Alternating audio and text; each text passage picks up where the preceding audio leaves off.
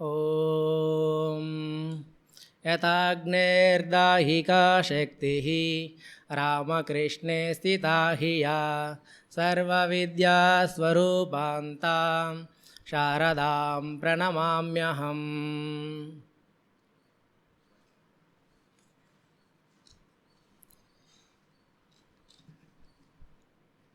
భగవాన్ శ్రీరామకృష్ణులకు, జగజ్జనని శారదా మాయికి, స్వామీజీకి నా హృదయపూర్వక సాష్టాంగ ప్రణామాలు. పూజనీయ స్వామి వినిశ్చలానంద మహారాజ్కి ప్రణామాలు. ఇక్కడ ఉన్నటువంటి రామకృష్ణ సేవా సమితి భక్తులందరికీ హృదయపూర్వక నమస్కారాలు. ఈరోజు మనం మాట్లాడుకోబోయే అంశం ఏంటంటే భగవద్గీత సారాంశం. శంకరాచార్యులను అనుసరించి ఒక శ్లోకం గురించి మనం కొంచెం ధ్యానిద్దాం. ముందుగా గురు మహారాజ్ ఏం చెప్పారో భగవద్గీత గురించి, తర్వాత కొంచెం ఇంట్రడక్షన్గా ప్రవృత్తి మార్గం, నివృత్తి మార్గం, తర్వాత 11వ చాప్టరు లాస్ట్ శ్లోక గురించి కొంచెం ఆలోచిద్దాం. మీరందరూ గాస్పెల్ ఆఫ్ శ్రీరామకృష్ణ చదివి ఉంటారు. సకల శాస్త్రాల సారం గీతలో ఉంది. గీతా గీతా గీత అని 10 సార్లు ఉచ్చరించినట్లయితే అది త్యాగి అని వస్తుంది. మన జీవితం ఏ విధంగా ఉండాలంటే త్యాగాన్ని అనుసరించి ఉండాలి. సన్యాసులైతే మానసికంగా, బహిరంగంగా, అదే గృహస్థులైతే అంతర్గతంగా, మానసికంగా త్యజించి జీవితాన్ని కొనసాగించాలి. మన బృహదారణ్యక ఉపనిషత్తు ఏం చెప్తుందంటే న ప్రజయా న ధనేనా త్యాగేనైకే అమృతత్వ మానసు. ఆ అమృతత్వం ఏ విధంగా సిద్ధించింది అంటే న ప్రజయా సంతానం వల్ల కాదు, న ధనయా ధనం వల్ల కాదు, త్యాగేనైకే అమృతత్వం వల్ల మాత్రమే సిద్ధించిద్ది. హోలీ మదర్ జగజ్జనని శారదాదేవి కూడా చెప్పారు. ఆ గురుదేవులు త్యాగస్వరూపులు.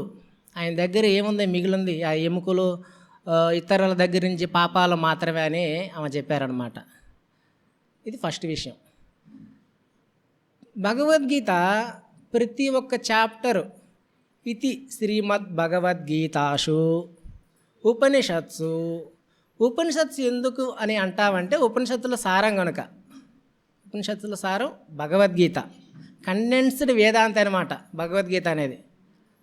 ఉపనిషత్సు బ్రహ్మ విద్యాయాం ఏమి చెబుతుందంటే ఆ బ్రహ్మ విద్యను ఏ విధంగా మనం సాధన చేయాలనే దాని గురించి చెప్తుంది. బ్రహ్మ విద్యాయాం యోగశాస్త్రే. ఈ భగవద్గీత అనేది 4 యోగాల సమన్వయం. కర్మయోగ, జ్ఞానయోగ, భక్తి యోగ, రాజయోగ. యోగాషు భగవద్గీతాసు ఉపనిషత్సు బ్రహ్మ విద్యాయాం యోగశాస్త్రే శ్రీకృష్ణార్జున సంవాదే. ఇది ఎవరి మధ్య జరిగిన సంభాషణ? శ్రీకృష్ణుడు అర్జునుడికి మధ్య జరిగిన సంభాషణ. తర్వాత ఆ చాప్టర్ పేరు, ఈ అధ్యాయం వచ్చిందనమాట. ఇది రకంగా. ఇంకా భగవద్గీత మనం కానీ శంకరాచార్యులు కానీ ముందుగా భాష్యం ఉంటుంది అనమాట. ఇప్పుడు ఏ ఉపనిషత్తు అయినా ఏ శాస్త్రం రాయాలంటే పూర్వపీఠిక అని ఉంటుంది.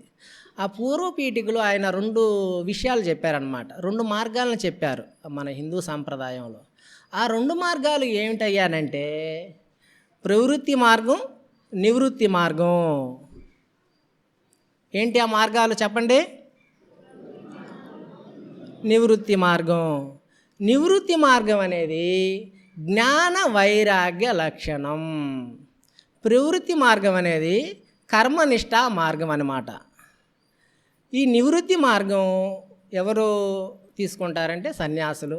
ఎవరిలో అయితే ఆ కామ, క్రోధ, లోభ, మాత్సర్యాలు, ఆ వాసనలు అనేవి కొంచెం తక్కువ ఉంటాయో భగవంతుడిని చేరుకునేందుకు షార్ట్కట్ మార్గం అన్నమాట. అదే ప్రవృత్తి మార్గం అంటే అక్కడ చాలా ఆశ్రమ ధర్మాలు ఉంటాయి అన్నమాట. బ్రహ్మచర్య, గార్హస్థ, వానప్రస్థ, సన్యాస. ఇప్పుడు మన సమాజంలో ఈ 4 ఆశ్రమాలు అనేవి చూడట్లేదు. మన గురు మహారాజు ఉపదేశానుసారంగా జీవించినట్లయితే గృహస్థులైన సన్యాసులైన అందరూ గమ్యానికి చేరుకుంటారు.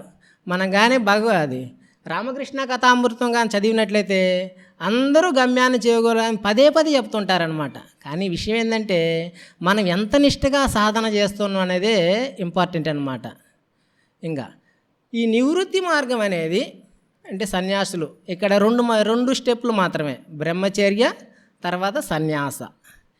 ఈ సన్యాసి ధర్మం ఏంటి? ధర్మ మార్గంగా జీవించడం, ధర్మాన్ని ప్రచారం చేయడం. స్వామీజీ ఒకసారి కంప్లీట్ వర్క్స్లో ఈ మాట చెప్పారనమాట. ఏంటిది? ధర్మ మార్గాల్లో జీవించడం, ధర్మాన్ని ప్రచారం చేయడం అనేది సన్యాసి దర్శనం. ఈ ప్రవృత్తి మార్గంలో గృహస్థుల యొక్క ధర్మాలు ఏంటి? ఇందా మనం మాట్లాడుకున్నాం కదా, బ్రహ్మచర్య, గార్హస్థ, వానప్రస్థ, సన్యాస. ఇక్కడ ధర్మం అనేది ఇంపార్టెంట్. మోక్షార్థాలు 4 ఉంటాయి కదా, ధర్మ, అర్థ, కామ, మోక్ష. ధర్మ మార్గంలో అర్థాన్ని సంపాదించాలి. అర్థం అంటే డబ్బులు, మనీ. ఆ ధర్మ మార్గంలో మనలో ఉన్నటువంటి కోరికలను తీర్చుకోవడానికి ప్రయత్నించాలి. ఈ ధర్మ మార్గంలో అర్థాన్ని, ఈ కామాన్ని తీర్చుకుంటే ఆ మోక్షం అనేది వచ్చింది అనమాట. చిన్న స్టోరీ ద్వారా గురుమహారాజ్ చెప్తారనమాట. నువ్వు ఒకటి పెట్టిన తర్వాత నువ్వు ఎన్ని సున్నాలన్నా పెడితే అప్పుడు ఆ వాల్యూ అనేది ఉండిద్ది అనమాట. ఆ ఒకటి లేకుండా మనం ఎన్ని సున్నాలు పెట్టినా కూడా వాల్యూ అనేది ఉండదు. అదే ఈ ప్రవృత్తి మార్గంలో ధర్మం అనేది ఇంపార్టెంట్ అనమాట. మనం కానీ శ్రీరామకృష్ణుల ఉపదేశాలు కానీ చదివినట్లయితే అక్కడ ఏ విధంగా జీవించాలి చాలా విపులంగా మహేంద్రనాథ్ గుప్తా గారు చెప్తారనమాట. గారస్థ ధర్మాలు, సన్యాసం అన్నీ ఉంటాయి అక్కడ. ఇది ఓవరాల్గా.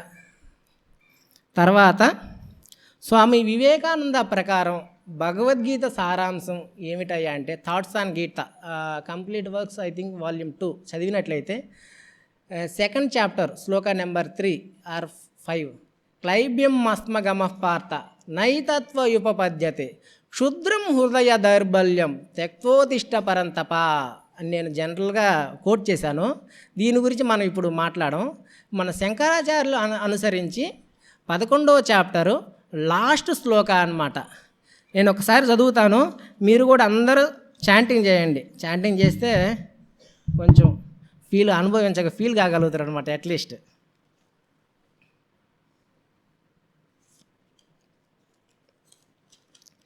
మత్కర్మ కృత్ మత్ పరమో, గట్టిగా చెప్పాలి, టిఫిన్ చేయలేదు ఉదయం. మత్కర్మ కృత్ మత్ పరమో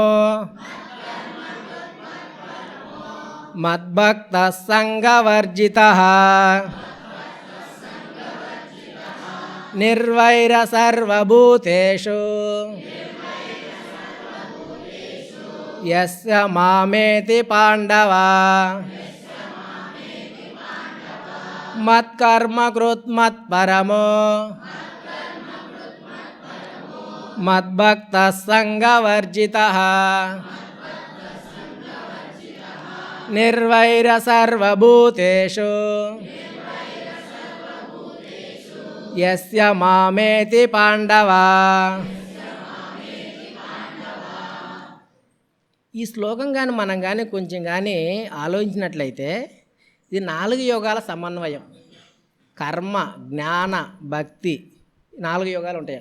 మత్కర్మకృ, మత్పరమో, మద్భక్తః సంగవర్జితః నిర్వైరః సర్వభూతేషు య సహ మాం ఏతి పాండవ.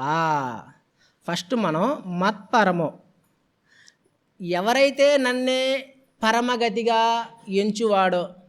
ఇప్పుడు మనందరం నిర్గుణ నిరాకార పరబ్రహ్మాన్ని ధ్యానించలేము.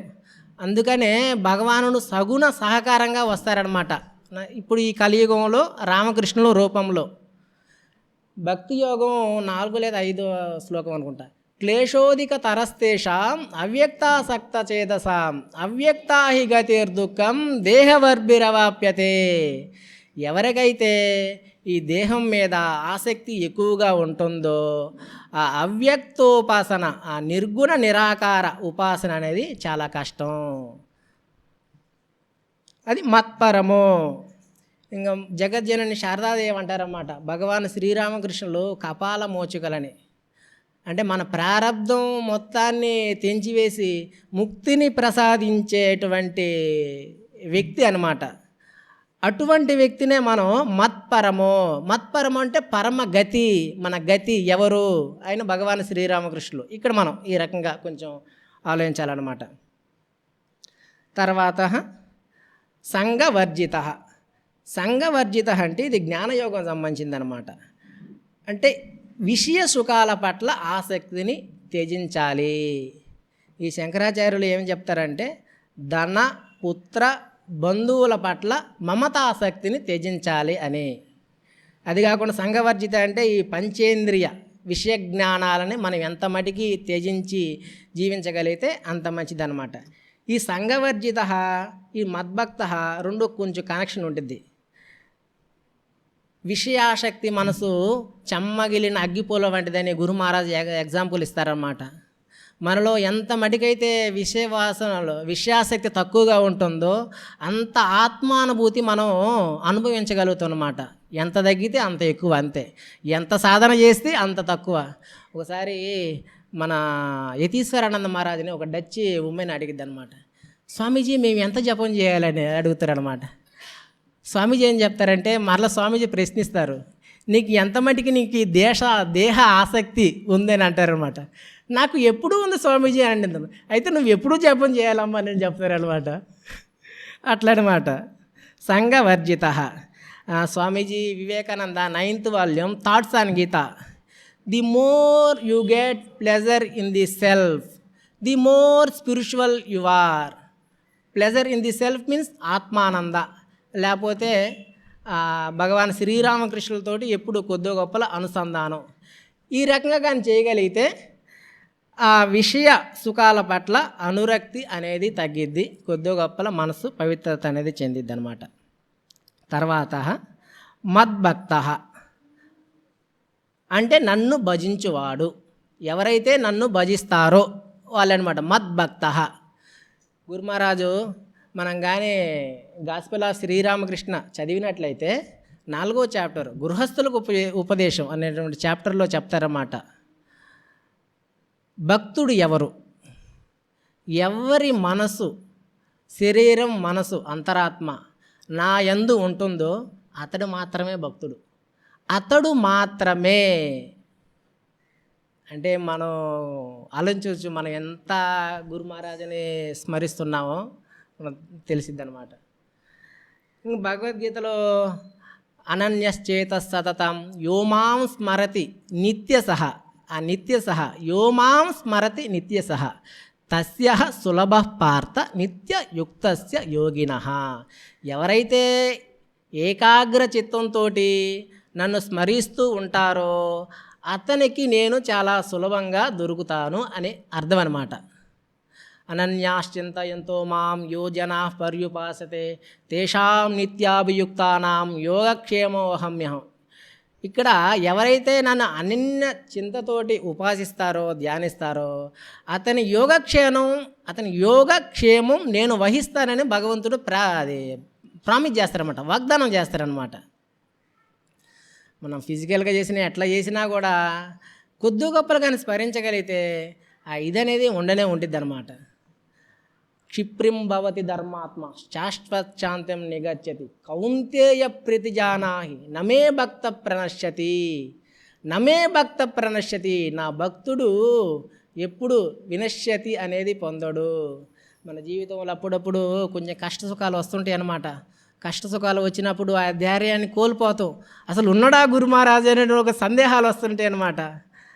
అవి మనకేం అర్థం కావన్నమాట. మన ప్రారబ్ధం, గత జన్మలు ఏం చేసాం ఏమన్నది ఈ జన్మలో చూసుకుంటే ఒక 20 సంవత్సరాలు 30 సంవత్సరాలు మాత్రం మనకు తెలుసు మనం ఏం చేసామన్నది.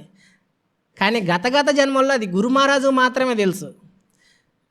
మన గురు మహారాజు మీద విశ్వాసం ఉండి ఆ మంత్రాన్ని కానీ జపించినట్లయితే ఏమైద్ది? అంతకాలేచ మామేవ స్మరణ్ముక్తా కలేవరం. ఆ అంతకాలంలో గురు మహారాజు నామాన్ని స్మరిస్తూ దేహాన్ని కానీ త్యజించినట్లయితే ముక్తి అనేది వచ్చిద్ది. ఇదనమాట. తర్వాత మత్కర్మకృత్ నా కొరకు కర్మలు చేయాలని అనమాట ఇక్కడ. మదర్థం అపి ఓకే. ఈ భూలోకంలో మనం ఏ కర్మలు చేసినా కూడా కర్మ ఫలితం అనేది తప్పనిసరి. క్షిప్రం హి మానుషేలోకే సిద్ధిర్భవతి కర్మజ. అది పైన స్వర్గంలో మనలో కానీ ఎక్కువ కానీ ఎంజాయ్ చేయాలని అక్కడ కానీ వెళ్తే ఆ కర్మక్షేమం అనేది ఎంత మటుకైతే మంచి ఫలాలు ఉంటాయో అంత మటుకు ఉంటాం, తర్వాత మరలా వస్తాం. అదే నరకలోకంలోకి వెళ్ళినామనుకోండి, ఇదంతా వేదాంత ప్రకారం కాదు, మన వేరే ఎవరైతే కర్మ సిద్ధాంతాన్ని నమ్ముతారో వాళ్ళ క్యాలిక్యులేషన్స్ అనమాట. పాపాలు ఉంటే అక్కడ పాపక్షేమయ్యి మరలా మనుష్య జన్మది పొందుతాం అన్నమాట. క్షిప్రం హి మానుహేలోకే సిద్ధిర్భవతి కర్మజ.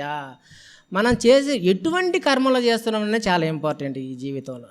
సరే, ఈ మొత్తం నాకేమీ తెలియదు, మంచి అయినా చెడైనా చేసే కర్మలన్నింటిని గురుమహారాజుకి అర్పించాలి నిద్రపోయే ముందుగా ప్రతిరోజు.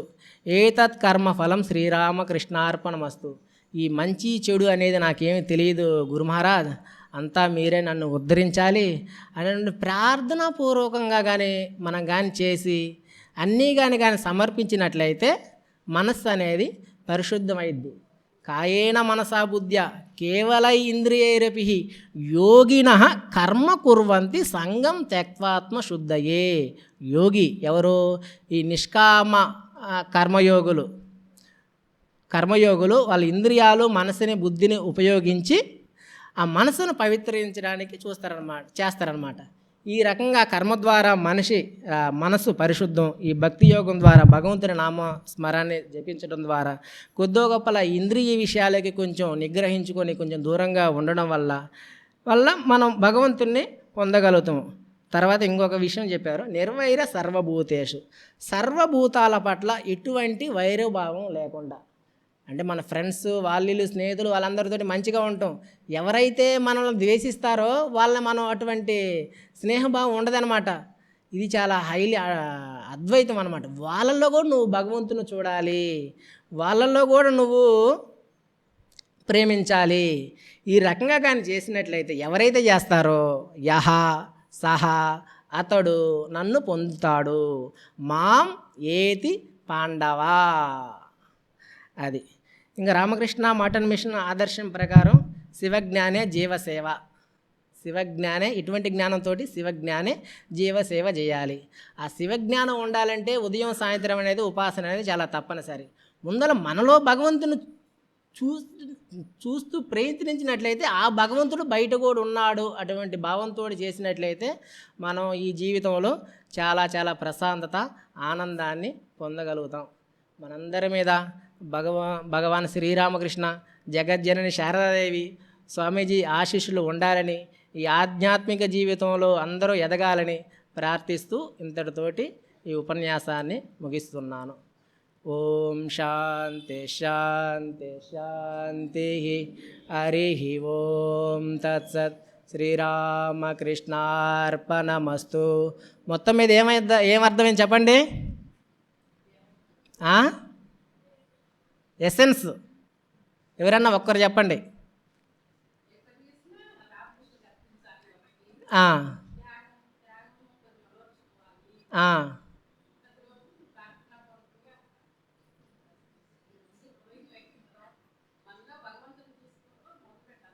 అది చూడడానికి ప్రయత్నించాలి.